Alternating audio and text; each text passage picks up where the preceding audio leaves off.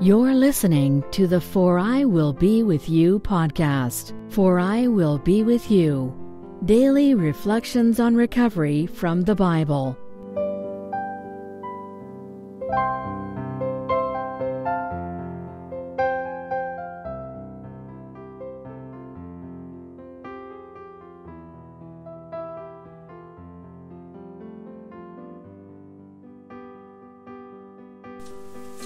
Welcome back to the For I Will Be With You podcast for the 48th week of the year from November 25th to December 1st, covering Deuteronomy 15:7 to Deuteronomy 21:4.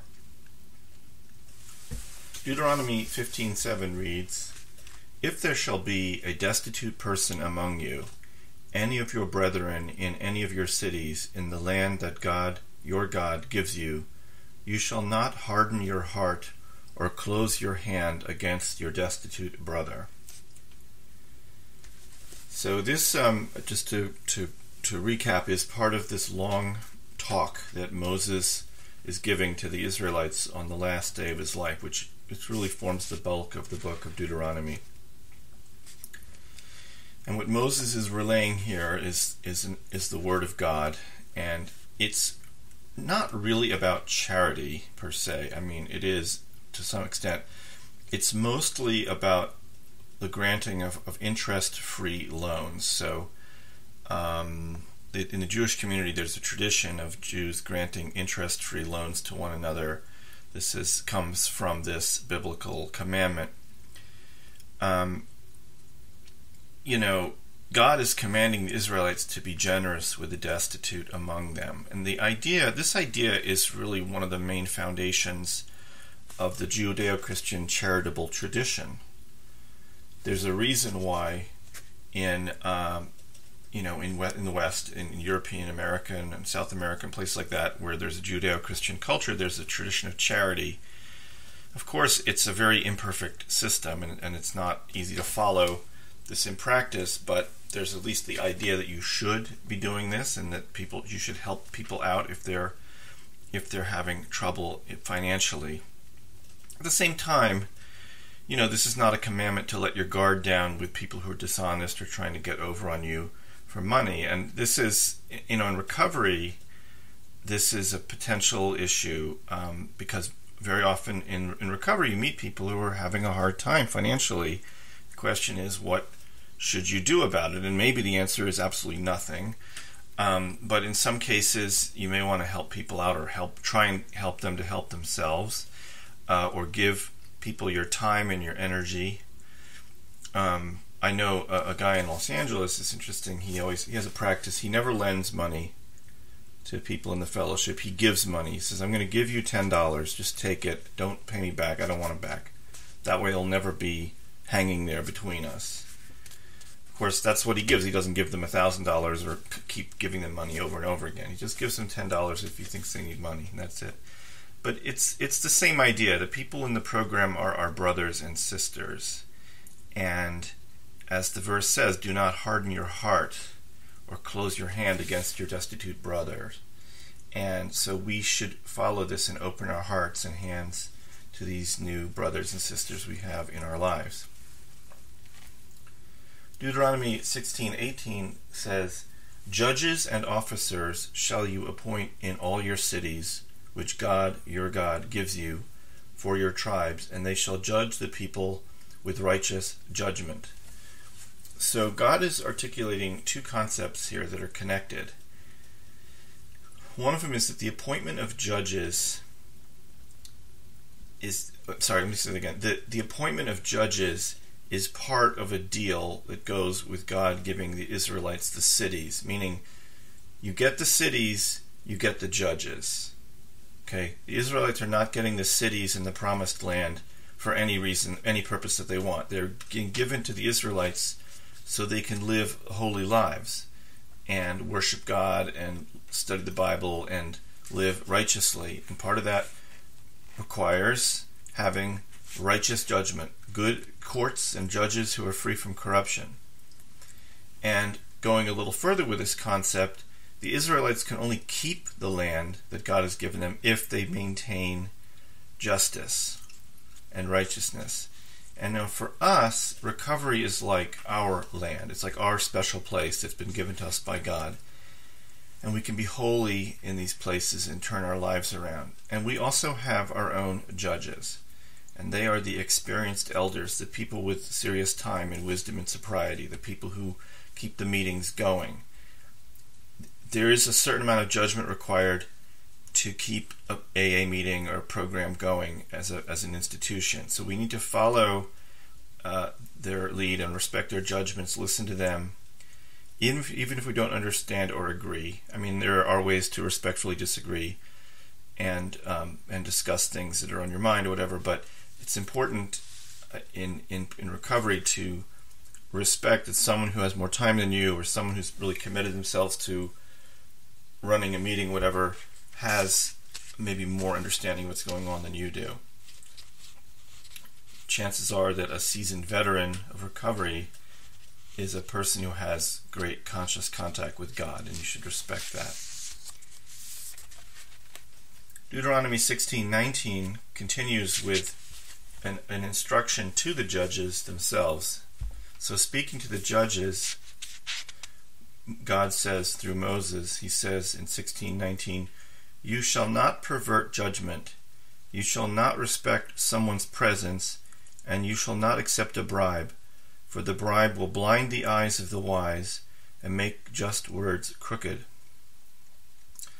So this is a warning to the judges. They're warned against respecting the presence of a wealthy or important person. So, ideally in a court of law, it's the facts that matter, not the personalities, right? Now, of course, we know sometimes this isn't true, but really, a judge is supposed to really weigh the facts, not because someone's rich or someone's famous, or even in certain cases, but someone's poor, they may get no favoritism allowed because of who you are. It's about the facts. And, it's interesting, in Los Angeles at least, and maybe other places, you see famous people in AA meetings. I mean, really, really famous people. Academy Award-winning actors, major athletes, and on, singers, musicians, people who you are on billboards. And it's easy to be impressed or excited that someone like that is in a meeting. But, you really shouldn't be, because they're at the meeting because they need help, and they need you to be an honest friend, not a fan. You're not doing them any favors in recovery by treating them any differently than you would any other recovering addict. And in fact, it may be because of all this adoration and enabling that they've experienced it, that's why they're in the meeting. They've been allowed to indulge in behaviors that are self-destructive. Now this may seem... Okay, so in a similar way, this has to do with the judge not taking a bribe.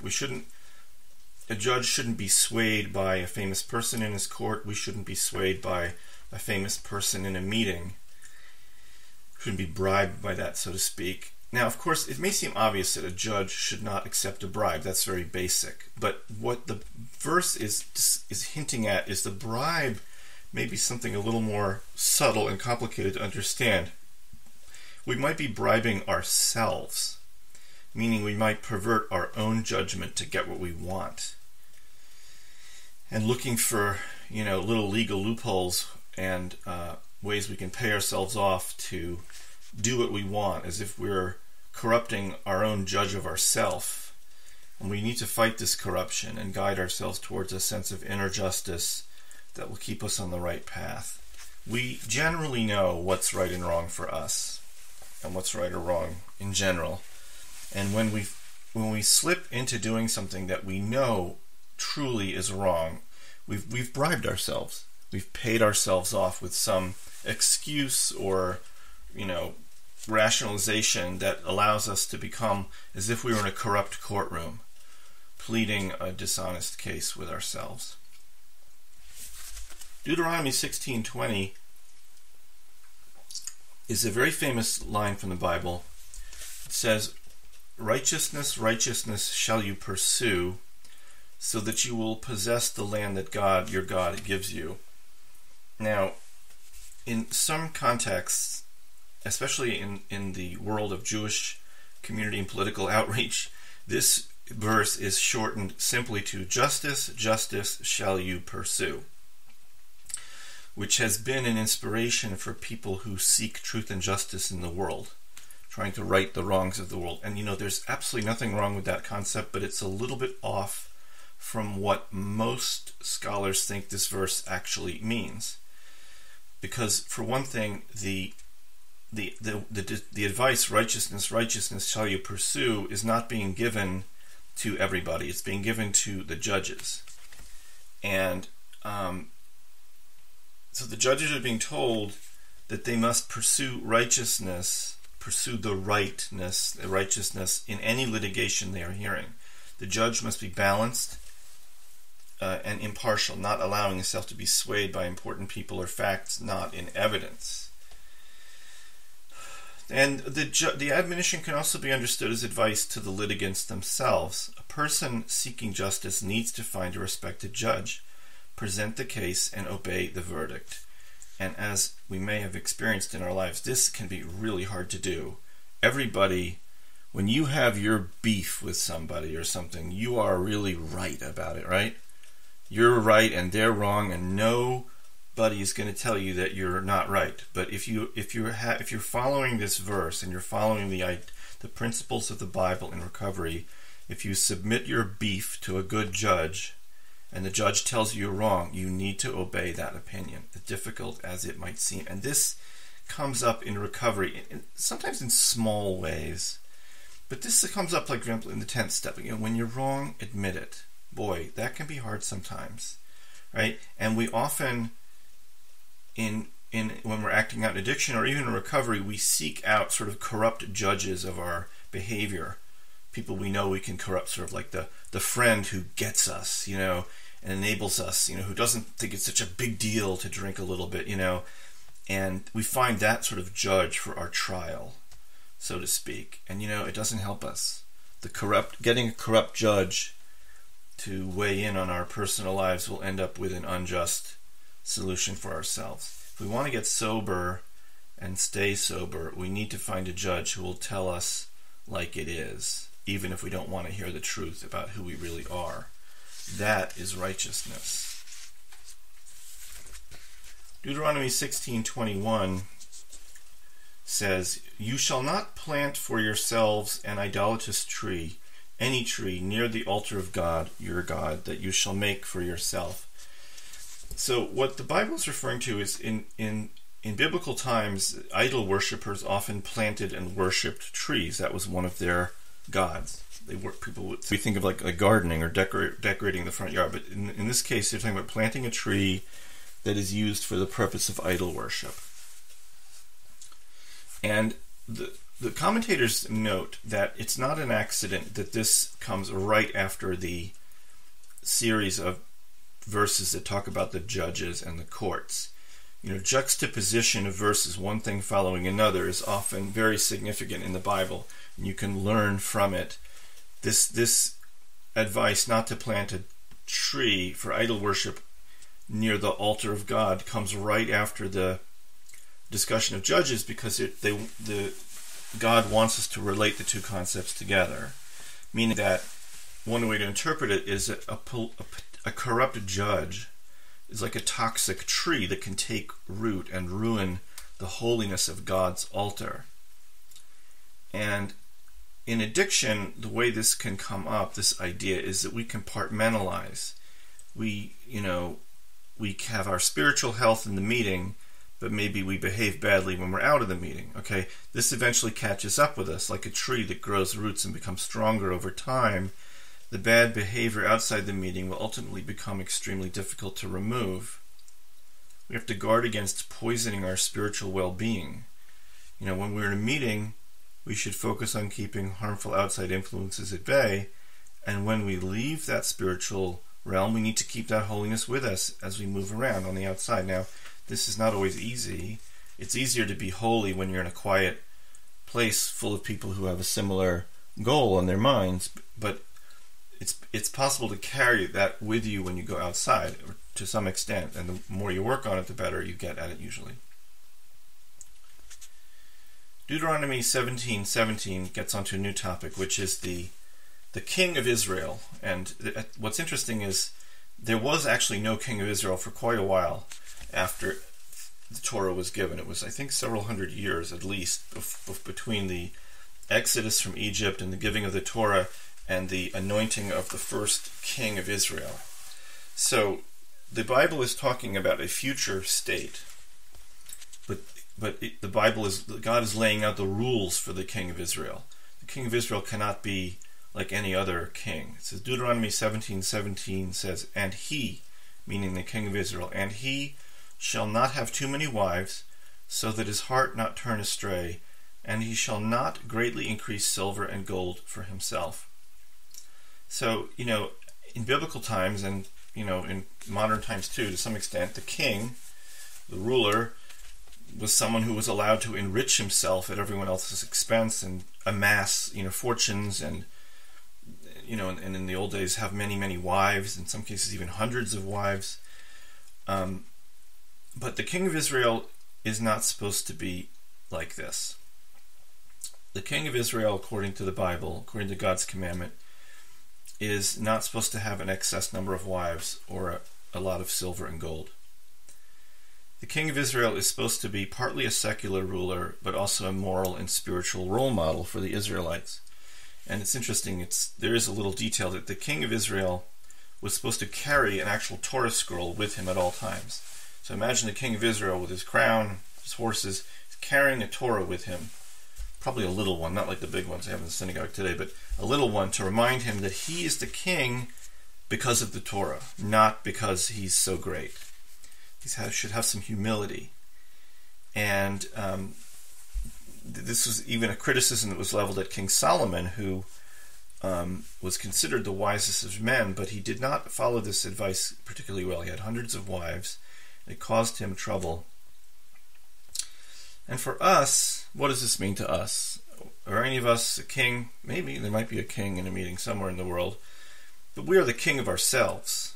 Okay, we are our rulers of our own self. And this advice applies to us. We should not indulge ourselves in excessive romantic relationships, excessive money hoarding. These things are distracting.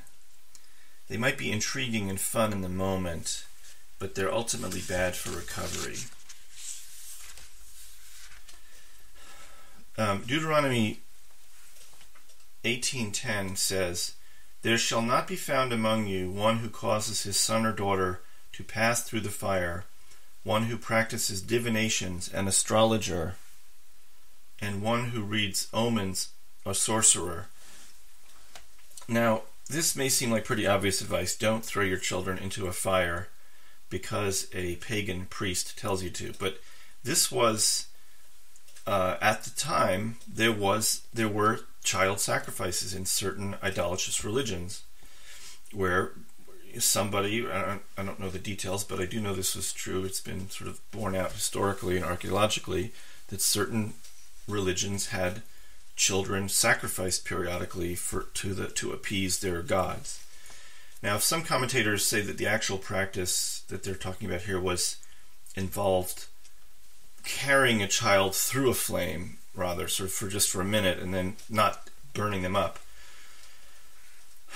But it's funny. Now, this may seem very odd, but if you actually don't have to look very far to find this kind of thing today, like in the self-help movement, you can find people who will teach you to walk on fiery coals as a way to achieve quote-unquote personal empowerment. And this, I think, relates to the verse, meaning that if we worship our own idol of selfhood, which is really kind of like our modern idolatry, like worshiping of the self, walking on coals to prove that we are powerful in ourselves, we may be adopting a life that strays far away from the principles of recovery, because when you worship yourself, you're crowding out your ability to worship God and follow God's will. And when the 12th step says, practice these principles in all our affairs, it's including the way we treat ourselves and our family relationships. We shouldn't put our children through the fire. We shouldn't put ourselves through the fire. We shouldn't read omens and practice sorcery. As we say, today is God's business. Today is today's for us. Tomorrow is God's business. We shouldn't be involved in divining the future. Just live correctly today. Finally, Deuteronomy 21:1 to 21:4 presents an important biblical story. It's a little bit of a long verse. It's actually 3 verses. So let me share it with you. It goes, "If a corpse will be found on the land that God, your God, gives you to possess, fallen in a field, it was not known who smote him. Your elders and judges shall go out and measure toward the cities that are around the corpse. It shall be that the city nearest the corpse, the elders of that city shall take a heifer, with which no work has been done, which has not pulled with a yoke. The elders of that city shall bring the heifer down to a harsh valley, where it cannot be worked and cannot be sown, and they shall axe the back of its neck in the valley." So what they're saying here is that if a dead body is found between 2 cities, the city that's closest to the dead body, the elders of that city must make a special sacrifice to God. Why? They need to atone for the sin of neglecting this person. Meaning that they're saying, God is saying, you should be punished. You need to atone for the sin of not caring for this person who could wander off and die without anybody knowing who they are or where they came from. And this is very different from today, where politicians and the police sometimes treat poor and homeless people like non-persons, or if someone's found dead in the middle of nowhere, it's the most forgettable non-event, right? The Torah says we have to take responsibility for the least among us.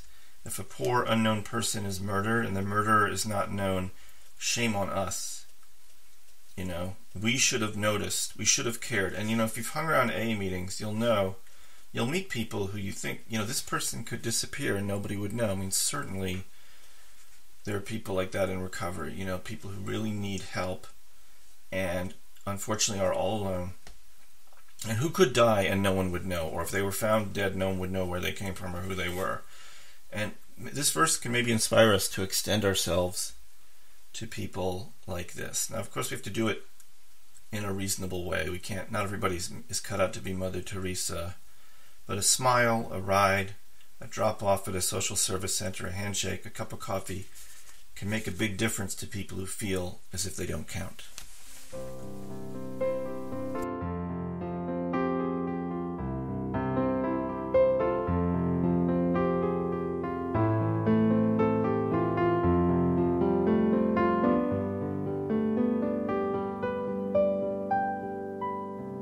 You've been listening to the For I Will Be With You podcast. Daily reflections on recovery from the Bible. www.foriwillbewithyou.com